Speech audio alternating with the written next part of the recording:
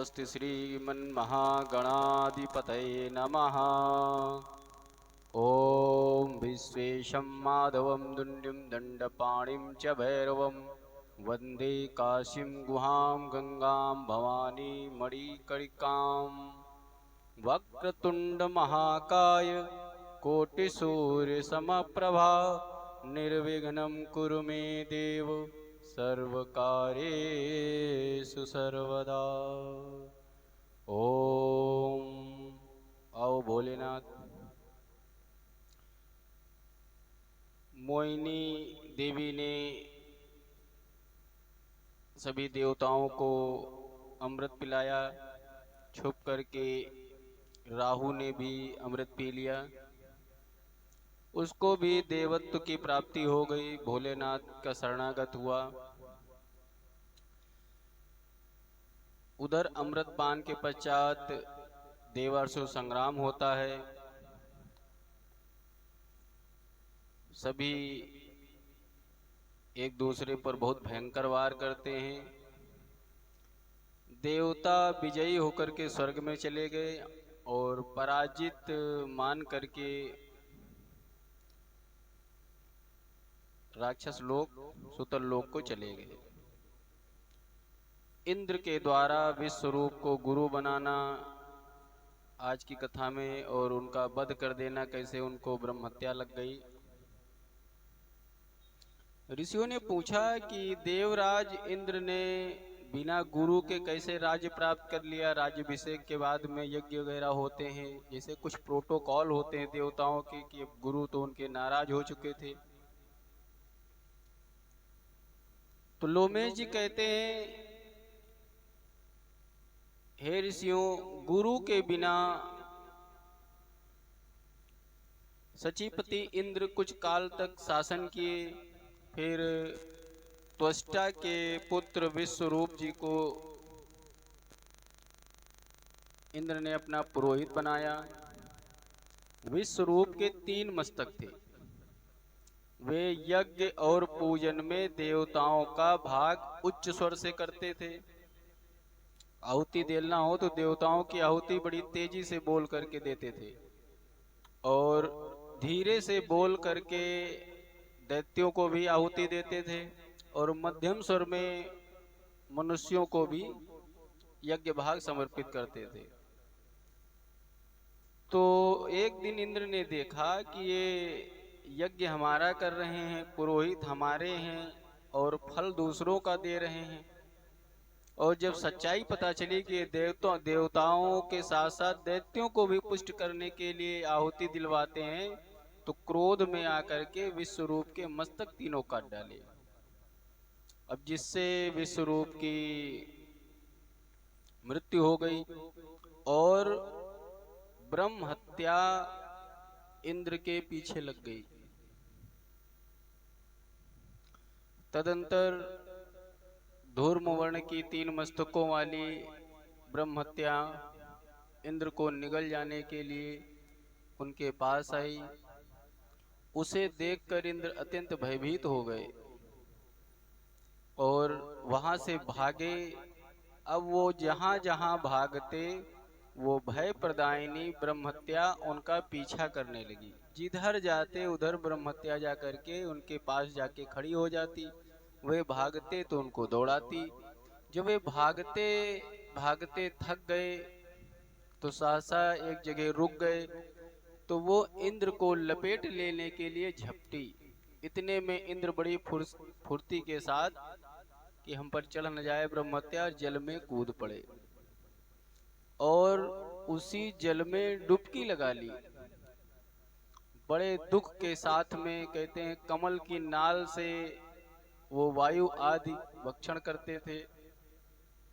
300 दिव्य वर्ष बीत गए और स्वर्ग लोक में भयंकर अराजकता फैल गई। बगैर राजा के कौन वहां देखभाल करेगा।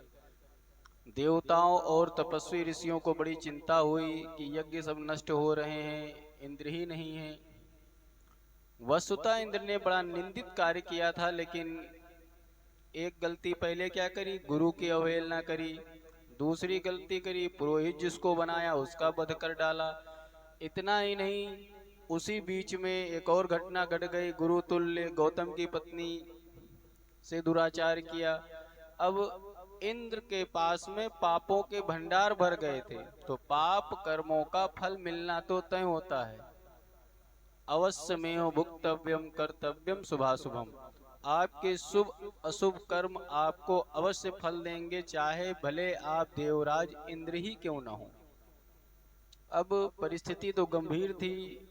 सभी लोकपाल एकत्र हुए, बृहस्पति जी के पास गए, उनको मनाया। गुरुदेव बृहस्पति से सारी बात कह सुनाई। देवताओं की बात सुनकर के परम बुद्धिमान बृहस्पति जी सर्वत्र फैली हुई अराजकता को लक्ष्य कर अपना कर्तव्य अकर्तव्य विचार करके देवताओं के साथ इंद्र के पास गए। और वहां जलाशय पर पता चला कि इंद्र इसी जल में छुपे हुए हैं, तो आवाज लगाई। इंद्र गुरु की आवाज सुने तो बाहर निकल के आके खड़े हुए, और जैसे ही किनारे आए भयानक चांडाली रूप में ब्रह्मत्या उन्हीं के पीछे खड़ी हुई थी। वे संपूर्ण देवता महर्षि जलाशय के किनारे बैठ गए। उस समय बृहस्पति ने स्वयं इंद्र से पहले ही बात की। इंद्र शर्मिंदा हो गए थे और सर झुकाए बैठे हुए थे। गुरु के दर्शन प्राप्त हुए। अब जब मुख उठाया तो इंद्र का मुख आंसुओं से भरा हुआ था, पूरी आंसुओं की धारा चल रही थी। क्या करें, अब हम बहुत पतित हो गए हैं। उन्होंने अपने सामने खड़े हुए गुरुदेव बृहस्पति जी को प्रणाम किया, मुनियों को प्रणाम किया। कहते हैं संत का स्वभाव बड़ा सरल होता है, वे बड़ी जल्दी नाराज होते हैं और बड़ी जल्दी प्रसन्न भी हो जाते हैं। उनकी प्रार्थना करी। इंद्र ने कहने लगे, हे प्रभु अब मुझे बताइए क्या करना चाहिए, अब जो हो गया सो हो गया। तो बृहस्पति जी हंसकर उत्तर देते हैं, इंद्र जो तुमने पहले कुछ किया है वो कर्म आज तक तुम्हें 300 दिव्य वर्ष तक अगर एक किसी तालाब में छुपे रहना पड़ जाए, कितनी बड़ी बात है। और अभी तक धर्म शास्त्रों के अनुसार ब्रह्म हत्या का कोई प्रायश्चित नहीं बताया गया है कि हम उसका प्रायश्चित ही तुमसे करवा लें, क्योंकि किसी न किसी पाप के प्रायश्चित होते हैं कि उसके द्वारा उसका निवारण हो सकता है, लेकिन ब्रह्म हत्या का कोई प्रायश्चित भी अभी तक नहीं उपलब्ध है। इंद्र कहते हैं, गुरुदेव इसमें कोई संशय नहीं है कि ये हमारे कर्मों का फल हमें मिल रहा है, लेकिन दिक्कत ये है कि स्वर्ग का शासन सब इधर उधर बिखरा पड़ा है, सृष्टि के कार्यों में बाधा आ रही है। और अब आप अमरावती पधारिए और अपने हिसाब से कोई नया इंद्र स्थापित कर दीजिए, ताकि हम तो जो पद था उससे गिर ही गए हैं, तो कम से कम स्वर्ग के कार्यभार तो चालू हो जाएं। अब इसी विचार के साथ सारे देवता लोग बृहस्पति जी के साथ में अमरावती पुरी में लौट आए। सची के सामने सारी बातें स्पष्ट से कह सुनाई। सभी देवता विचार करने लगे कि राज्य का संचालन करने के लिए हमें क्या करना चाहिए। इसी समय देवर्षि नारद इच्छानुसार भ्रमण करते हुए, जब नारद जी आते हैं तो समझ लो कोई ना कोई समाधान निकल आता है। आप पहुंचे और देवताओं से पूजित होकर के बोले, अच्छा समस्या क्यों आई। इंद्र पद पर वहां का कोई देवी देवता अगर उसको मनोनीत करके बिठा ला जाए तो नहीं बैठ सकता है। स्वर्ग का नियम है कि जो इंद्र बनता है वो पृथ्वी से सशरीर जाने वाला मानव ही इंद्र बनता है। जो सशरीर स्वर्ग जाता है वो इंद्र पद को प्राप्त करने में सक्षम होता है। कारण इंद्र को सभी लोकों में आने जाने के लिए सक्षम होना चाहिए।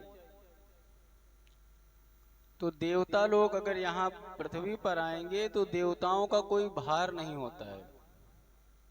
वो पृथ्वी से जब दिखेंगे तो 2 अंगुल ऊपर उनका पैर रहता है, मतलब वो जमीन पे सटके नहीं खड़े होते हैं। वो फूल के ऊपर भी विराजमान हो सकते हैं, वे हवा से भी हल्के हैं।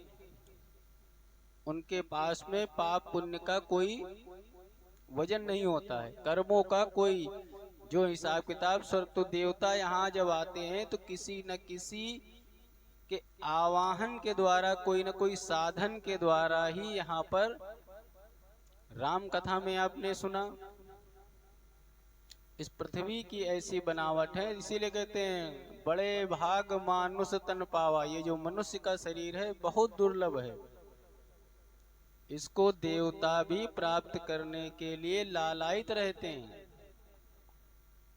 और वही देवता आपको प्राचीन में बताया कि इच्छा करके मनुष्य बने कि हम जा करके, जैसे हम लोग कोई चीज को पाने के लिए एक डिग्री लेते हैं कि हमको ये काम करना है तो ये डिग्री मिले, तो अमरावती के निवासियों ने, जो हमारी आत्मा आई, हम लोग यहाँ पृथ्वी पर आए हैं, जो प्रथम मानव पृथ्वी पर आया था, जब पहली बार हमको मनुष्य का जीवन मिला था, तो हम लोग स्वर्ग से इच्छा अनुसार आए थे, तभी मनुष्य बोल बने हैं। ब्रह्मा जी के शरीर से मनुष्य की उत्पत्ति हुई, सूर्य जी हमारे पूर्वज हैं। तो देवता भी, अब कहते नहीं कि जो सत्संग, गुरु कृपा, जो लाभ इस मनुष्य शरीर में है वो देवताओं के लिए भी। अब बैठ करके तुम 3 घंटे 4 घंटे बैठ के सत्संग सुन सकते हो, नाम जप कर सकते हो, भक्तिमय लीलाओं में आनंद ले सकते हो, सुख दुख का भोग कर सकते हो। देवताओं को पास इतनी क्षमता ही नहीं है कि वो 3 घंटे स्थिर होकर के बैठ पाए। देवता छोड़ दो, यहीं पर कोई अगर प्रतिष्ठित व्यक्ति हो जाता है तो उसके पास इतना समय नहीं मिलता है, 50 काम लगे रहते हैं, कहाँ इकट्ठा बैठ करके सत्संग करेगा। वो भोग यूनी है। तो नारद जी ने बताया कि पृथ्वी पर इस समय, और इंद्र बनता कौन है? जो पृथ्वी पर 100 अश्वमेघ यज्ञ पूरे कर लेता है। तो ऐसा नहीं कि जैसे हमने 100 अश्वमेघ यज्ञ पूरे कर लिए तो हमको जो है जा करके खट से वहां का इंद्र को हटा दिया जाएगा, तुमको बैठा दिया जाएगा। जैसे उस इंद्र की आयु पूर्ण होगी उतने दिन 100 यज्ञ के बाद तुमको इंद्र बना दिया जाएगा। और यहाँ एक अश्वमेघ यज्ञ करना भारी है। अश्वमेघ यज्ञ छोड़ दो, आजकल के राजा महाराजा राजसूय यज्ञ नहीं करते हैं, महामृत्युंजय यज्ञ नहीं करवाते हैं अपने। चाहे जितनी भूकंप आ जाए, प्रलय आ जाए, बाढ़ आ जाए या आपदा आ जाए, लेकिन राजाओं के मन में ये बात नहीं आती है कि यज्ञ आदि के द्वारा इनकी शांति करी जा सकती है। पंचांग आदि निकलते हैं, उनमें वार्षिक फलादेश है, सब निकलता है, सब वैसे लिखा रहता है। उसी के अनुसार हमें तो लगता है कि राजाओं को ग्रहों की शांति के भी उपाय करने चाहिए। अब जब नारद जी ने कहा कि इस समय पृथ्वी पर किसने, नहुस ने, महाराजा नहुस ने 99 यज्ञ पूरे कर लिए हैं। मतलब 100 यज्ञ उनके नहीं पूरे हुए थे, 99 यज्ञ हुए थे। लेकिन वहां पर इंद्र को ब्रह्म हत्या लग गई थी, तो इनको वहां पर चंद्रवंशी राजा नहुस को इंद्र बनाने के लिए बुला लिया गया और इनको इंद्र बना दिया गया। अब महर्षियों ने इंद्र के पद पर राजा नहुस को अभिषेक कर, मतलब क्या क्या अभिषेक कर दिया, राज्य अभिषेक कर दिया। तब से अगस्त आदि सभी महर्षि नहुस की सेवा में उपस्थित रहने लगे। गंधर्व, अप्सरा, यक्ष, विद्याधर, नाग, सुवर्ण, पशु पक्षी, जितने स्वर्गवासी प्राणी थे वे सब नहुस की सेवा करने लगे। इस प्रकार उत्तम कलाओं से सुशोभित संपूर्ण देवताओं से पूजित नहुस जब स्वर्गलोक के स्वामी हो गए, तो अभी अच्छा हर चीज की एक टेस्टिंग होती है ना, कि क्यों 100 यज्ञ के लिए बोला गया, क्यों 100 यज्ञ के लिए कहा गया। इनके अंदर मनुष्यता, जो मन की चंचलता थी, वो अभी बाकी रह गई ना। अगर 100 यज्ञ पूरे कर लेते तो इनको जो है पूरी मनुष्यता दूर हो जाती, देवत्व आ जाता। अब जब ये इंद्र पद पर आसक्त हुए तो इनको कामाग्नि सताने लगी। कहीं कहीं प्रचलित कथाओं में मिलता है कि किसी ने इनको आधे इंद्र कह दिया। तो नहुस ने पूछा कि ये बताओ, स्वर्ग की सारी सुविधाएं, देखो कौन ऐसा समाज में या इस संसार में सृष्टि में है, नहीं कहूँ ऐसा जन्मा जगमाही, कोई भी ऐसा नहीं जन्मा जिसको पद प्रतिष्ठा मिले और उसके अहंकार ना आ जाए। राजा नहुस ने कहा, ये बताओ कि मेरे पास सारी स्वर्ग की चीजें हैं अभी तक। तो सब ऋषियों ने कहा, हाँ भाई सारी चीजें हैं, सब चीज, तुम स्वर्ग के राजा हो, पृथ्वी पर राज करो चाहे स्वर्ग में, सब जगह के तुम राजा हो। तो बोले कि अभी तक मेरे पास इंद्राणी क्यों नहीं आई है, मेरा राज सिंहासन आधा खाली क्यों रहता है। जब हम इंद्र बने हैं तो इंद्र की पत्नी भी तो हमारी हो गई। ये सुन करके भाई, अब इंद्र का पद सर्वोच्च होता है, सभी लोग ने मैसेज दिया इंद्राणी को, देखो जो राजा नहुस हैं इसी बात कर रहे हैं। अब इंद्र के इस दुष्कर्म से विवश होकर हम लोग राजा नहुस को लेके आए थे कि बहुत धर्मात्मा है, इन्होंने 99 यज्ञ पूरे कर लिए हैं, 100 नहीं पूरे हुए हैं, और अब अभी कुछ ही हजार वर्ष बीते होंगे यज्ञ इनको राज करते हुए, अब इनके अंदर लोभ आ गया। ये स्वर्ग का स्वभाव है नहीं, स्वर्ग में काम क्रोध लोभ मोह इन सब चीजों का कोई जगह ही नहीं है। अब ये थोड़े अपूर्ण थे। तब इंद्र की पत्नी सची ने कहा बृहस्पति जी से, हे गुरुदेव, ये नहुस क्या मुझे कोई स्त्री धन समझ रहा है, इनको कार्यवाहक, जैसे बोला गया नहीं, कहीं आपातकाल लग जाए तो वहां पर कार्यवाहक प्रधानमंत्री मुख्यमंत्री डीएम एसडीएम बनाए जाते हैं, तो वो वहां के कार्य संचालित कर सकता है। कार्यवाहक का मतलब कोई नई चीजें कार्यवाहक नहीं लागू कर सकता है, नए कानून बनाने का अधिकार कार्यवाहक को नहीं होता है। जो प्राचीन काल से जो पुराना संविधान बना हुआ है उसी के अनुरूप कार्यवाहक कार्य करेगा। तो मैं तो एक व्यक्तिगत जो इंद्र हैं उनकी पत्नी हूँ, कोई इनकी ब्याहता तो है नहीं कि इनके साथ मेरा विवाह हुआ है, लेकिन अब ये इंद्र हैं, ये आदेश दे रहे हैं तो राज आज्ञा का पालन तो करना हो जाता है, लेकिन क्या मेरे को ऐसा करना उचित है। बृहस्पति ने कहा, नहीं, धर्मशास्त्र ऐसा नहीं कहता है कि आपको इनकी, तो कहीं ना गुरु आज्ञा दे रहे हैं ना शास्त्र आज्ञा दे रहे हैं, तो स्वर्ग में बगैर शास्त्र आज्ञा के कोई कार्य हो नहीं सकता है। तो इंद्राणी ने कहा कि ये ऐसा व्यक्ति है तो इसको ऐसे ही तरीके से, इसको संतों ने इंद्र बनाया है, ये साधु संतों की ब्राह्मणों की कृपा से इंद्र बना है, और इन्हीं की कृपा से, इन्हीं के द्वारा ये पतित होगा। तो कहा, जो वाहन बनाने योग्य नहीं है उनके वाहन से, जो वाहन बनाने योग्य नहीं है उनका वाहन बना करके, मतलब सप्त ऋषियों की पालकी बनाए और उसमें बिठा के हमें बुलाए। अगर सप्तऋषि हमारी पालकी लेकर के, तो जो अगस्त आदि ऋषि पृथ्वी पर से गए थे इनके साथ में, जो देखो ऋषि मुनि जो बोला नहीं कि महर्षि लोग तो स्वर्ग लोग सब जगह आना जाना लगा रहता है, उनका जहाँ मन का राजा मिला तो उसके साथ में बैठ करके थोड़ी देर सत्संग कर लिए, भक्ति चर्चा कर लिए, नहीं मन का है तो अपने आश्रम में बैठ गए।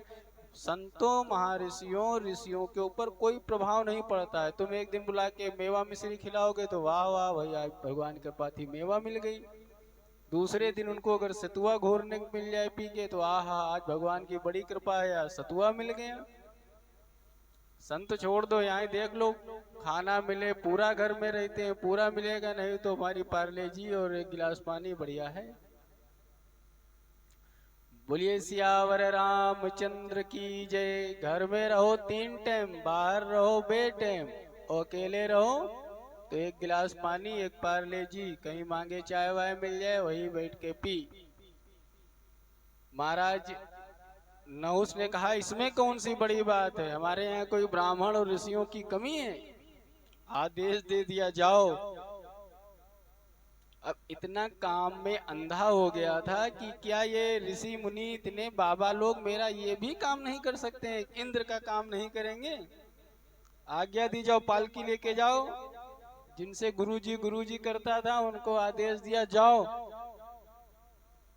रानी को बिठा लाओ जाके पालकी में, और तुम कहीं देर न कर दो तो हम भी चल रहे हैं।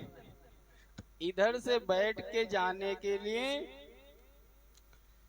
सब सप्तऋषियों को लगाया, और इतनी इंद्राणी से मिलने की जल्दी थी तो क्या कहे, सर्प सर्प शीघ्र चलो शीघ्र चलो। अब ऋषि मुनि यहाँ अपना भार लेके चलने में बड़ा मुश्किल होता है, ये जब बार बार कहे सर्प सर्प, तो एक तपस्वी ब्राह्मण ने कह दिया बहुत सर्प सर्प कह रहा, जा रे तू सर्प हो जा। अब नहुस को जब श्राप मिल गई ब्राह्मणों की, स्वर्ग से भड़ाक से पृथ्वी पर नीचे गिरे और भयानक जंगल में अजगर बन के पड़े हैं।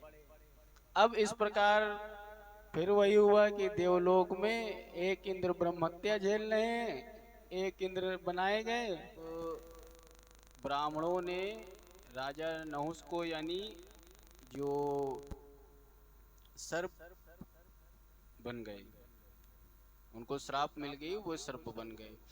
अब सभी लोग फिर चिंता में पड़ गए कि यार जिसको एक ढूंढ ढांड के इंद्र बनाया था खोज खाज करके, वो भी बेकार हो गया। अब इंद्र के रूप में स्वर्ग के सिंहासन पर अभिषिक्त किसको किया जाए, ऐसा कोई दूसरा पृथ्वी पर मानव था नहीं। इसलिए सभी देवी देवता, यहाँ एक शब्द ध्यान दीजिएगा निकल आता है, देवी देवता। देवी का कोई व्यक्तिगत यहाँ पे चर्चा नहीं होती, देवी को शक्ति बोला गया है। शक्ति के बिना कोई भी देवता कार्य करने योग्य नहीं होता है, उसकी शक्ति ही उसकी देवी है। समझ में हो गई, आज क्लियर हो गई बात, देवी क्या है।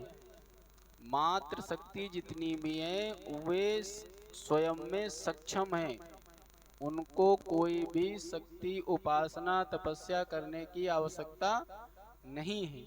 वे स्वयं बस खाली क्या है, उनको एक आधार चाहिए। जैसे चलो खैर आगे, यज्ञ करता कोई राजा दिखाई नहीं दिया। अब इंद्र के लिए फिर से खोज जारी हो गई, सभी देवता ऋषि मनुष्य सब चिंतित हो गए। अच्छा, मनुष्य क्यों चिंतित हो जाएंगे, इंद्र का कार्य है पृथ्वी पर पंच तत्वों के संतुलन से जीवन को सुचारू रूप से संचालित करना। इंद्र की आयु ग्रहों से तत्वों से भी बहुत ज्यादा होती है। तो 12 आदित्य बताए गए हैं, इंद्र ड्यूटी लगाते हैं कौन सा सूर्य इस समय पृथ्वी को प्रकाश देगा, कौन सी पृथ्वी पर इस समय जीवन चलेगा, और कौन से लोक में मानव वास करेंगे। इस तरीके से करोड़ों ब्रह्मांड बने पड़े हैं, करोड़ों सृष्टियां चल रही हैं, कहाँ पे कौन हो रहा है। अगर तुम खोज भी लोगे ना तो 150-200 करोड़ वर्ष लग जाते हैं, 1000 करोड़ वर्ष लग जाते हैं वहां तक सूचना ले जाने में। तब तक पता चलेगा कि हम तो वहीं हैं घूम फिर के। इसको टाइम चक्र बोलते हैं। ब्रह्मांड को समझना इतना आसान नहीं, जितना समझ जाओ उतने में ही आनंद ले लो। अब मनुष्य चिंता में कम पड़ गए, कहीं बारिश हो रही है तो बारिश हो रही है। अगर इंद्र अच्छे से काम ना करे तो ग्लोबल वार्मिंग का जो जिम्मेदारी है वो किसकी है, राजा की है हमारे यहाँ पृथ्वी पर, कि मौसम पेड़ कितने लगने हैं, नदियाँ साफ होनी हैं, झाड़ू मोहल्ले में लगा कि नहीं लगा, मेडिकल सेवाएं चल रही कि नहीं चल रही, सीमा सुरक्षित। अब कोई राजा ही ना हो तो वो देश खतरे में हो जाएगा, नहीं हो जाएगा। अभी तात्कालिक घटना देखी नहीं कि 2 दिन में युवा लोग थोड़ा सा भड़क गए, नेपाल में सत्ता गिरा दी पूरी। और वहाँ की सबसे बड़ी चिंता ये थी कि क्षेत्रपाल लोकपाल 2 4 10 दिन महीने भर अपने हिसाब से काम कर सकते हैं, उनको अंदर शासन करने की शक्ति नहीं होती है, क्योंकि वो जो शासन करना जानते हैं उस शासन के द्वारा यहाँ मानव सही नहीं पाएगा। जैसे मिलिट्री शासन लग जाए तो मिलिट्री शासन हम लोगों के अनुकूल कहाँ हो पाएगा, वो तो अपना डिसिप्लिन अनुशासन तो अभी इंद्र है नहीं। तो यहाँ पे चल रहा है क्षेत्रपाल लोकपाल देवता अपने मनमाने हिसाब से अपना शासन संभाले हुए हैं, लेकिन इससे कोई सृष्टि का लाभ नहीं हो रहा है। अब इंद्राणी ने धर्म और अर्थ युक्त वाणी में ने कहा, गुरुदेव अब आप लोग चिंता ना करें, वहीं चलना चाहिए, आपको जाना चाहिए जहाँ मेरे स्वामी इंद्र रह रहे हैं, और उनके साथ में सब लोग मीटिंग करके कोई हल निकालिए। अब पुनः बृहस्पति और देवता लोग सब लोग जलाशय के किनारे पहुंचे और इंद्र को आवाज दी। इंद्र ने जल में खड़े होकर के देवताओं को देखते हुए कहा कि अब आप लोग यहाँ क्यों आए हैं? मैं तो पाप के कारण ब्रह्म हत्या से पीड़ित हूँ, यहाँ अकेले ही तप करता हूँ और इस जल में निवास करता हूँ। उनकी विनती सुनकर के देवता विहल हो गए, कहने लगे, हे देवराज, विश्वकर्मा यानी त्वष्टा के पुत्र विश्वरूप, तीसरा भी बोला जाता था, विश्वरूप जिसकी हत्या कर दी थी, ऐसा यज्ञ आरंभ किया था जिससे देवता और तपस्वी का विनाश हो जाता। इसलिए आप कोई इसमें मन में क्षोभ न लाइए कि आपने हत्या करी, क्योंकि कोई भी कारण जब घटना घटती है तो उसके पीछे कोई ना कोई रहस्य होता है। और हम लोग आपको अमरावती लेकर चलेंगे, इसलिए हम लोग आए हैं। इस प्रकार जब देवता और गुरु जी लोग बात कर रहे थे कि चलो तुमको हम ले चलते हैं, तुम्ही को राजा बनाएंगे, उसी समय पीछे से ब्रह्महत्या बोल पड़ी, मैं इंद्र को अमरावती जाने से रोकती हूँ। अभी मैंने क्या बताया कि स्वर्ग में पाप और पुण्य कोई भी जा नहीं सकते हैं आपके। तो अगर पाप लगा है तो इंद्र स्वर्ग में ही जब प्रवेश ही नहीं कर पाएंगे तो राजा बनना बड़ी दूर की बात है। अब यह सुनकर के बृहस्पति कहने लगे, हे ब्रह्मत्ते, हम तुम्हारे निवास के लिए कुछ व्यवस्था करे दे रहे हैं कि आप वहां वास करो, क्योंकि इंद्र के बगैर पूरा स्वर्ग का सब कार्य भार और स्वर्ग जब सुरक्षित नहीं रहेगा तो सृष्टि भी सुरक्षित नहीं रहेगी। इसलिए अब जैसे हम लोग यहाँ मानवता की रक्षा के लिए कह रहे हैं, वैसे ही ब्रह्मांड की रक्षा के लिए इंद्र का जाना बहुत जरूरी है। तदंतर कार्य की गुरुता को दृष्टि में रखते हुए देवताओं ने उस समय ब्रह्महत्या को शांत किया और उसे 4 भागों में बांटा गया। तो अकेले इतनी बड़ी ब्राह्मण की ब्रह्महत्या कोई संभाल ही नहीं सकता था कि कैसे संभाला जाए। तो देवताओं ने सबने सबसे पहले पृथ्वी का आवाहन किया। बृहस्पति ने कहा, हे पृथ्वी, हे देवी, देवताओं की कार्य सिद्धि के लिए ब्रह्महत्या का चतुर्थ अंश यानी 25% 54 भर आपको ग्रहण करना पड़ेगा। पृथ्वी सुनकर के कांप गई, बोली कि आप ही लोग विचार करें कि हमारे यहाँ पृथ्वी पर संपूर्ण प्राणियों को मैं धारण करती हूँ, विश्व का भरण पोषण करती हूँ, यहाँ तक स्वर्ग का आधार भी मैं ही हूँ, क्योंकि तुम वहां से जब आते हो तो हमारे पास आते हो, हमारे यहाँ से जाकर के भी देवता और इंद्र हमारे यहाँ से ही बनते हैं। तो अगर मैं कलंकित हो जाऊंगी, इस पाप अंक में डूब करके अपवित्र हो जाऊंगी, तब कैसे काम चलेगा। तब पृथ्वी का यह वचन सुनकर के बृहस्पति जी ने कहा, हे सुंदरी, तुम भयभीत मत हो। ये हम लोग जो ब्रह्महत्या हल्का हल्का करके बांट रहे हैं, तो 25% में कोई तुम्हारे ऊपर इतना फर्क ही नहीं पड़ेगा। तुम इतनी वसुंधरा हो, इतनी जो है धैर्य धारण करती हो, इतनी ज्यादा तुम शक्तिशाली हो कि 25% तुम्हारे अंदर पृथ्वी पर फर्क ही नहीं पड़ेगा कुछ। तो बोली अच्छा फिर अगर मैंने इसको धारण कर लिया तो कुछ भाग ऊसर रेगिस्तान टाइप, जैसे ऊसर देखा है तुम लोगों ने कभी? पहले निरमा नहीं था हम लोगों के यहाँ, जब निरमा पृथ्वी पर होता था साबुन वाबुन के उधर तो बहुत महंगा था। तो कहीं जब जाओगे कुछ उस खूब लगा होता है तो वहां पर जमीन पे मिट्टी फूल जाती है एकदम निरमा पाउडर तरीके से बिल्कुल, वो उसी को उस पर ले आते, उसको रेहू बोलते थे। और उसको पानी में कपड़ा डुबो के उसमें उसी को कपड़ा लपेट के थोड़ी देर धर के और घाट पे जाके पानी में पटक पटक के साफ करो तो निरमा जैसे कपड़े धो भी लोग कपड़े पहले रेहू से ही धोते थे। ये अभी 20 साल पहले तक धोया जाता था जब गांव गांव में निरमा। तो वो ऊसर में निकलता है, वही दोष है पृथ्वी का, वही ब्रह्म हत्या का वो रेहू बना। तो बोले कि अब इसका अगर ये होगा तो ये बढ़ेगा, तो बोले बढ़ेगा नहीं, ये जहां और ये जहां हो जाता है ऊसर वहां पे तुम कितनी भी खुदाई कर दो, कितनी भी वहां खाद डाल दो, पानी डाल दो, वो 2-4 साल 5 साल बाद फिर वो मिट्टी वैसी हो जाएगी। ऊसर भूमि पे मकान भी नहीं बनते थे, अब तो ध्यान ही नहीं दिया जाता, सब अब जेसीबी डाल के मिट्टी उट्टी डाल करके सब ऊसर भूमि पे मकान नहीं बनते थे। तो प्लाटिंग हो जाती, जान ही नहीं मिलता। तभी कोई कोई घर अगर ऊसर बन जाए तो लोहा अगर गाड़ाओ तो 5 साल में मोटा लोहा गल जाएगा, इतना ज्यादा वो जो है। तो बोले कि ये पाप तुम्हारा कब दूर होगा, सुनिए। बोले यदुवंश में जब वसुदेव के रूप में भगवान कृष्ण अवतार लेंगे तो उनके चरण पड़ते ही तुम्हारा ये आंशिक पाप निवृत्त हो जाएगा और वो तुम्हारा भक्षण करेंगे तो तुम फिर से पूज्य हो जाओगी। तो कान्हा ने मिट्टी खाई थी नहीं खाई थी? मिट्टी खा करके पृथ्वी मैया का उद्धार किया था। अब एक भाग तो ये मिल गया पृथ्वी को, और आशीर्वाद में क्या मिला कि पृथ्वी के गड्ढे अपने आप भर जाते हैं। किसी भी और लोग पे चले जाओ, वीडियो वगैरह देखते हो, चंद्रमा पे जूते बने हैं। कभी कोई गया था सैकड़ों साल पहले, तभी भी वहां पे जूते चप्पल के निशान वगैरह नहीं मिटते हैं। तो पृथ्वी पर कोई भी गड्ढा अगर खोद के डाल दो तो समयांतर तुम उसमें ना भी पाटो, धीरे धीरे अपने आप गड्ढे भर जाते हैं। अब पृथ्वी ने उनकी आज्ञा पालन करते हुए इंद्र की ब्रह्मत्या का चतुर्थांश ग्रहण कर लिया। तो यही कहीं कहीं जो पृथ्वी पर दिखाया जाता है तो ऊसर दिखता है, वही ऊसर है। फिर वृक्षों को बुलाया,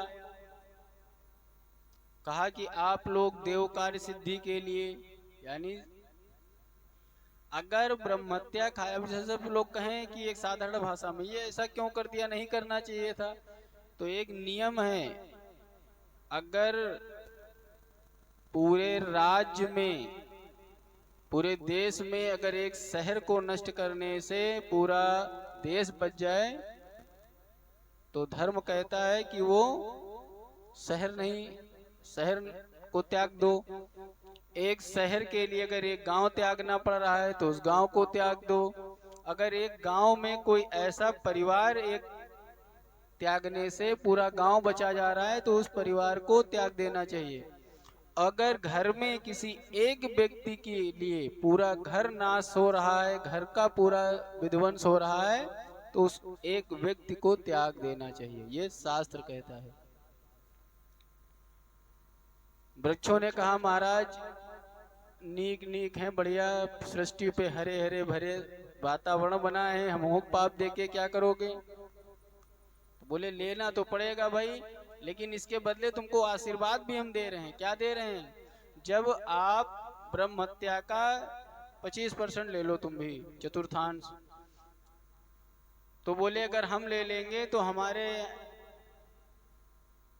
यहाँ आश्रम जप तप पृथ्वी पर सब होते हैं, हमारे बड़ी काम है पृथ्वी पर। तो बृहस्पति जी कहे तुम लोग चिंता मत करो, इंद्र के प्रसाद से तुम जितनी बार काटे छांटे जाओगे तुम्हारी डालें अपनी आप, तुम्हारे अंग फिर से पूरे हो जाएंगे। और तुम जो सांसें लेते हो तो उसके बदले तुम प्राणदायिनी वायु देने के योग्य हो जाओगे। यानी कार्बन डाई देखो तब कितनी थी कि तुम जीवन देते हो, तो जीवन जो हम लोग सांस निकालते हैं वो वृक्ष लेते हैं, और जो हम सांस लेते हैं वो वृक्ष देते हैं। और थोड़ा सा दिखाई तो पड़ेगा ये चीजें तो अंदर से क्या है, जो गोंद के रूप में, बांदा के रूप में थोड़ी सी तुम्हारे अंदर, तो इसीलिए कभी गांठ का हवन नहीं किया जाता है, गांठदार लकड़ी का। पेड़ों में जो गांठ बन जाती है, गुल्ले बन जाते हैं एक पेड़ में दूसरा पेड़ अजीब, वो ना फल देने वाला होता है ना फूल देने वाला होता है, अजीब टाइप में। देखा है कभी बांधा? एक पेड़ में लगे रहते गुच्छा को, जिस पेड़ में लग जाता है वो पेड़ भी पूरा नष्ट हो जाता है, वो बांधे के रूप में आ गया। और आशीर्वाद में तुम सदा शुद्ध बने रहोगे। इस प्रकार बृहस्पति के आश्वासन से वृक्षों ने ब्रह्म हत्या के चतुर्थ भाग को आपस में बांट लिया, वही बांदा और गोंद के रूप में। तो जिसमें गोंद निकल करके बह जाता है उसमें बांदा कम लगते हैं, जिसमें गोंद नहीं निकलता उन पेड़ों में बांदा ज्यादा लगते हैं। तदंतर देवताओं ने जल को बुलाया कि तुम लोग भी देव कार्य की सिद्धि के लिए ब्रह्म हत्या का चौथाई भाग स्वीकार करो। अब जल देवता कि हम भाई एक बार सब लोग डरते थे कि इसीलिए बोला गया कि ब्रह्म हत्या इतनी अच्छी चीज नहीं होती है जिसको लोग हल्के में लिया ले करते हैं। तब सब जल एकत्र हो गए और बृहस्पति जी से बोले, हमारे द्वारा स्नान, शौच एवं हमारा पान आदि करने से संपूर्ण जीवों की रक्षा होती है। अगर हम पापाक्रांत हो जाएंगे तो हमारे द्वारा नहाओ धो मंजन कुल्ला सब बढ़िया पानी से ही तो होता है, अगर पानी ही दूषित हो जाएगा तो फिर क्या होगा? तो ब्रह्म हत्या से लिप्त होने पर हमारी शक्ति नष्ट हो जाएगी। उनकी बात सुनकर बृहस्पति जी ने उत्तर दिया, तुम इस दुस्तर पाप का भय न करो। ये खाली डिवाइड कर रहा हूं मैं शांति पूर्वक करके, जितने भी सबको दे रहा हूं शांति भाव से दे रहा हूं। मैं वरदान देता हूं, स्थावर जंगात्मक इस जगत में निवास करने वाले सभी प्राणी को जल पवित्र करेगा। जल की खासियत है कि आप खाली जल का स्पर्श भी अगर कर लो तो वह स्नान के बराबर पवित्र माना जाता है। और दूसरी कारण क्या हो जाएगा कि तुम जितने ही बहोगे तुम हवा लगते ही पवित्र माने जाओगे। लेकिन वो दिखेगा कैसे कि जल अपवित्र है, कि ब्रह्म हत्या कैसे दिखेगी? ये मन में प्रश्न है कि जल की ब्रह्म हत्या कैसे लगेगी? तो इसके कहने पर जल ने, बृहस्पति जी के कहने पे जल ने ब्रह्म हत्या 25% जल ने ले ली। और कैसे दिखाई देती है? फेना के रूप में ब्रह्म हत्या वही जल के अंश में दिखाई देता है। तो कहीं कहीं कुछ जगह पर नियम है कि व्रत आदि में आपने देखा होगा समुद्र का पानी खारा हो गया है ना, जो फेना मिक्स है, समुद्र का पानी पीने योग्य नहीं है, और समुद्र का ही फेन से नमक बनता है। समुद्र का फेना ही एक तरीके से नमक बनता है। तो व्रत आदि में देखा होगा कि आपने लाहौरी नमक खाया जाता है, सेंधा नमक, समुद्री नमक को व्रत में नहीं खाया जाता है। और दूसरी चीज, नमक कोई भी हो, भगवान को नमकीन चीजों का भोग नहीं लगता है। भगवान को मीठी चीजों का इसीलिए भोग प्रसाद, कहीं भी ये नहीं देखा होगा 2 पैकेट नमकीन ले लो चढ़ा दे चल के। सब जगह पेड़ा, लड्डू, मिठाई यही तो चढ़ता है, नमकीन चीजें नहीं चढ़ती हैं। अब बचा 25%, 75% बढ़ गया ना। तो फिर समस्त शक्तियों को बुलाया, स्त्रियों को बुलाया बृहस्पति जी ने, कहा कि अब तुम लोग सब देव कार्यों की सिद्धि के लिए ब्रह्म हत्या का चौथा अंश ग्रहण करो। देव गुरु का ये वचन सुनकर सब स्त्रियां बोली, हे भगवान, सारी स्त्रियां जो हैं वो धर्म अर्थ काम की सिद्धि के लिए उत्पन्न हुई हैं। इसीलिए स्त्रियों को जब पाणी ग्रहण किया जाता है तो क्या बोलती हैं? धर्म पत्नी। यदि नारी पापपूर्ण आचरण करने लगेगी, अगर आप ब्रह्म हत्या उसको दे देंगे, तो बोले बृहस्पति जी कि तुम कोई भी चिंता न करो, ये जितने भी हम ब्रह्म हत्या का ये जितने भी बांट रहे हैं, इसका असर किसी पे नहीं दिखेगा। कुछ ना कुछ अंश भाई लेना पड़ेगा, दिखेगा ये शांत होकर के जा रहा है, ये बगैर डिवाइड नहीं। तो पाप, अगर स्त्रियां पापाचूर्ण करें तो क्या करती हैं? पापा का यानी पिता का, नाना का और पति का, तीन कुलों का लेके चलती हैं। स्त्रियों के माध्यम से तीन कुल पवित्र होते हैं, तीन कुल दूषित होते हैं। तो इस तरीके से सारे कुलों में वर्ण संकरता हो जाएगी। तो बृहस्पति जी ने वरदान दिया कि तुम सब इस पाप से भय न करो, तुम्हारे द्वारा स्वीकृत ब्रह्म हत्या का अंश भावी पीढ़ियों के लिए तथा दूसरों के लिए भी शुभ होगा। तुम सब गर्भावस्था में भी काम सुख, जैसे क्या होता है कि प्राप्त होगा, जैसे कोई और हो गया कि अंडे दे दिया या प्रजनन करा हो गया, तो बोला गया कि आप लोग जैसे भी, कोई नियम नहीं है कि आप सृष्टि में गर्भावस्था धारण करेंगी और फिर पुनः वैसे ही पवित्र मानी जाएंगी। देवगुरु के इस प्रकार कहने पर स्त्रियों ने ब्रह्म हत्या का चतुर्अंश स्वीकार कर लिया। तब से स्त्रियों में मासिक धर्म के रूप में यह दृष्टि गोचर होता है और पुनः जल से स्नान आदि करने के बाद वो पुनः पूजनीय और देवी के समान मानी जाती है। इस प्रकार ब्रह्म हत्या पृथ्वी जल वृक्ष और स्त्रियों में बांट दी गई। तो यहाँ पर कभी कभी नियम बोला गया कि ब्राह्मण लोग जमीन के गड्ढे नहीं खोदते हैं।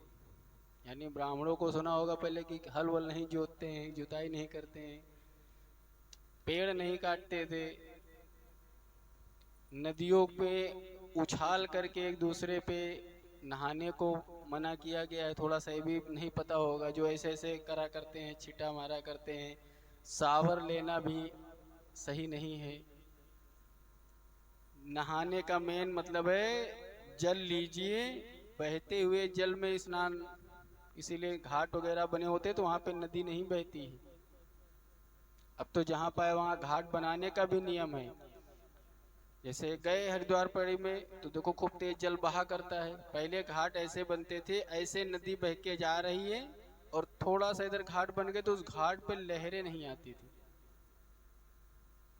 बहुत चीजें कुंड होते थे, वहां पे स्नान किया जाता था। जहां जल रुका हुआ हो, स्थिर हो, वहां नहाना धोना, कपड़े स्थिर में, प्रवाहित पूजा पाठ सामग्री बहते जल में, ताकि वहां से तो गोंद नहीं खाना चाहिए। जो कुछ लोग होते हैं ना कि गोंद खाया करो, तो गोंद भी ब्रह्म हत्या है। रेहू ब्रह्म हत्या है। जल का फेना, समुद्री नमक जिसको बोलते हैं कि जहर है। और स्त्रियों में उन दिनों में अपवित्र मानी जाती, तो खाना पीना उनका स्पर्श वर्जित किया गया है।